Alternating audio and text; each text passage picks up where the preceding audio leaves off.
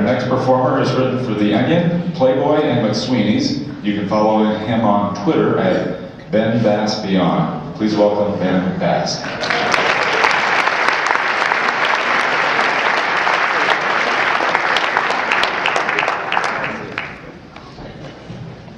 Thanks a lot, Will, and thanks everyone, including my friends who came out. Thank you, guys.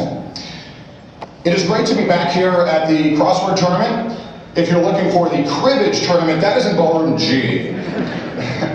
I have not been here in 3 years. I've been busy trying to finish Puzzle 5.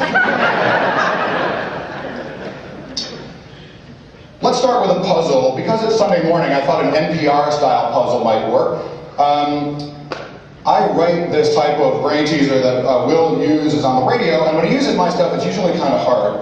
I didn't think that would work for today. Many of us were up late, catching up with our friends, having a few drinks, and of course we all lost an hour of sleep. And we've got some kids here today, so I thought I'd keep it nice and easy, something simple we could all play together. Okay, stay with me. I think you guys will all get this one. Think of a country. Okay.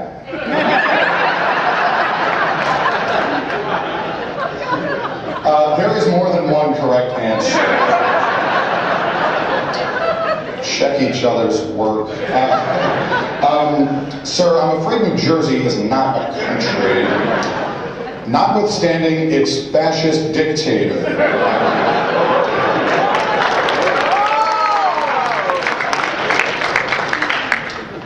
True story, my law school buddy crucified Rod Blagojevich, and he's the guy going after Chris Christie right now. We can talk about that afterward. Anyway, but the mention of New Jersey reminds me of why I love this tournament. You meet people from everywhere, from New Jersey to Connecticut to New Jersey, and of course, New York City. When I think New York City, I think New York Times puzzle editor and America's most lovable sadist, Will Shortz.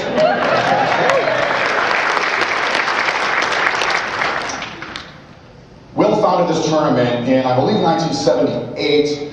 He hadn't gotten enough of a thrill from torturing people in print, so this way he could look at them while they suffered. He's been running the tournament since then to a huge success. It's his pride and joy. It's his crowning achievement. I think it's also his bar mitzvah. I called Will a couple months ago to tell him that I was thinking about doing a little stand-up at this year's tournament, and he said, "You totally should, that would be awesome." Or words to that effect. I think his exact words were, "Hell no." He said something about a body, over my dead body, that's what he said. But the thing is, I am friends with the Teamsters who run this hotel. This morning when he woke up in his bed, Will found a map of the Great Lakes with Lake Erie torn out of it. Moments later, there was a pounding on my hotel room door. Ben, you can do it! I had Mary Louise at the time, so I appreciated the encouragement.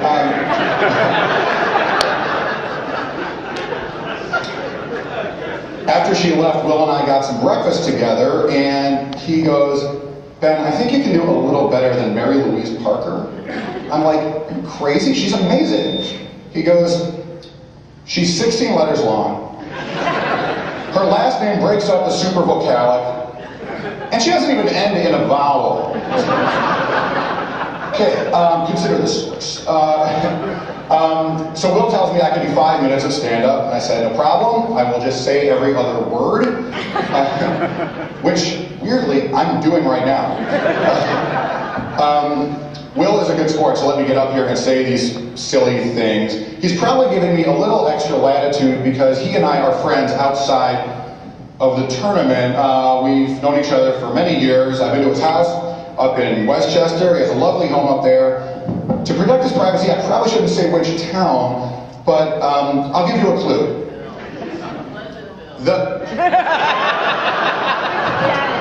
The name of the town rhymes with the title of a popular movie. The movie Pleasantville. If you've never been to Westchester County, it's a scenic part of New York State, famous for its ethnic diversity. They have both black and white Mercedes. But this isn't the time to talk about black and white. This is a crossword tournament.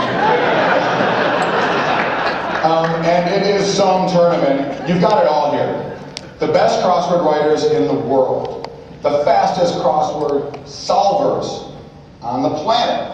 And hundreds of just smart, likable people, and me, all of whom love crosswords. And you can tell by the many crosswords that are littering the entire hotel. I was hustling through the lobby yesterday, and there was a pile right on the reception desk, a pile of crosswords turned out to be from yesterday's New York Times. It was, of course, a Saturday New York Times crossword, known to be very tough. Now, I was late to meet some friends for lunch, so I didn't have time to work on the puzzle, so I just punched myself in the face.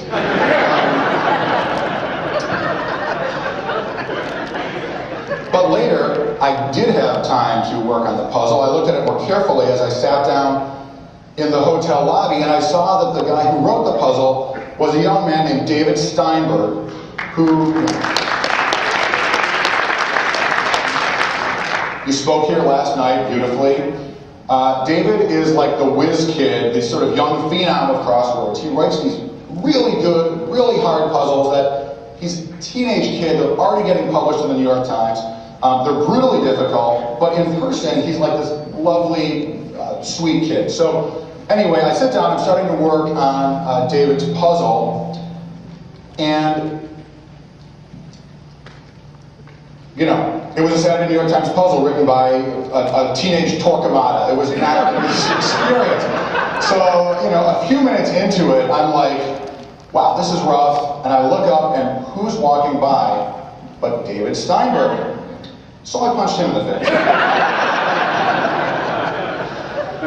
I'll skip the rest of the story where he beats me up. I actually like to end every stand-up comedy performance by talking about puzzle people who punch each other. So this is probably as good a place as any to stop, but not before I thank Will Shortz for letting me ruin his talent show. You guys, excuse me, Will, I forgot to mention, I will be happy to come back next year and say the other half of my every other word. It is 100% profanity. You guys have been a really good audience. I appreciate it. And my name is Ben Bass. Thanks a lot.